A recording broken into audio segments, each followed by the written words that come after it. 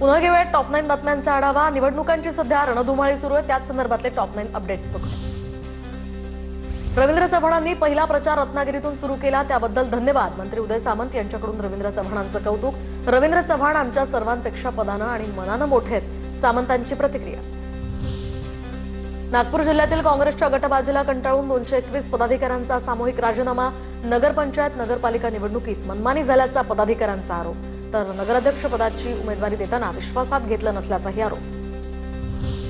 अहिल्यानगरच्या राहतामध्ये ठाकरे सेनेतून निष्ठावान शिवसैनिकांची हकालपट्टी।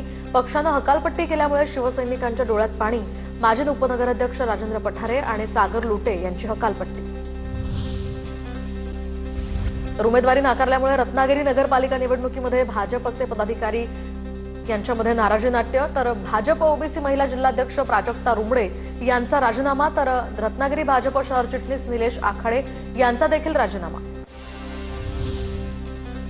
कोल्हापूरच्या कागल नगरपालिका निवडणुकीतील रंगत आणखी वाढली। शिंदेच्या सेनेत उमेदवारांना अज्ञात स्थळी त्यांनी हलवलं। कोणत्याही उमेदवारांना अर्ज मागे घेऊ नये यासाठी शिंदेच्या सेनेकडून खबरदारी। भंडाऱ्यातील तुमसरमध्ये अजित पवारांच्या राष्ट्रवादीचे नेते प्रफुल्ल पटेल यांच्याविरुद्ध घोषणाबाजी। राष्ट्रवादीच्याच कार्यकर्त्यांची पटेलांविरुद्ध घोषणाबाजी। अभिषेक कारेमोरे यांना उमेदवारी दिल्यामुळे सागर गणधे यांच्या समर्थनात घोषणाबाजी।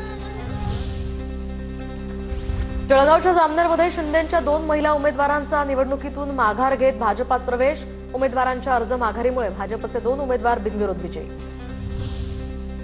धाराशिवमध्ये मुरुम नगरपालिकेत काका विरुद्ध पुतणे अशी लढत। माजी मंत्री बसवराज पाटलांचे बंधू आणि पुतणे आमने सामने। बसवराज पाटलांचे बंधू बापूराव पाटील भाजपकडून रिंगणात। हिंगोलीमध्ये भाजप आणि शिंदेच्या शिवसेनेमध्ये धुसफूस। भाजपच्या कार्यकर्त्यांना आमिष दाखवून शिंदेच्या सेनेत पक्षप्रवेशाचा हा कार्यक्रम सुरू। भाजपचे आमदार तानाजी मुटकुळेंचा संतोष बांगरांवर आरोप। आता बघूया टॉप 9 महत्त्वाच्या बातम्या। माजी आमदार रमेश कदम यांना कोल्हापूर उच्च न्यायालयाचा दिलासा। सरकारी कामामध्ये अडथळा आणल्याप्रकरणी सुरू असलेल्या खटल्यातून रमेश कदम दोषमुक्त, तर पंढरपूर तालुका पोलीस ठाण्यामध्ये फरियाद देण्यात आली होती। दादर कबूतरखान्याचा मुद्दा पुन्हा तापण्याची शक्यता। जैन मुनी यांनी सरकारला दिलेला 15 दिवसांचा अल्टिमेटम आता संपला। जैन मुनींचा 28 नोव्हेंबरपासून पुन्हा आंदोलनाचा इशारा। कुख्यात गुंड DK राववर मोले या ठिकाणी मकोका अंतर्गत कारवाई, तर मुंबई पोलिसांच्या खंडणी विरोधी पथकाकडून ही कारवाई। DK रावला काही दिवसांपूर्वीच अटक करण्यात आली होती।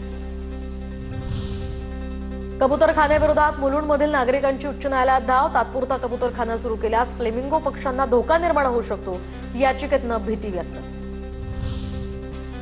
TET सक्तीच्या विरोधात महाराष्ट्र पुरोगामी शिक्षक संघटना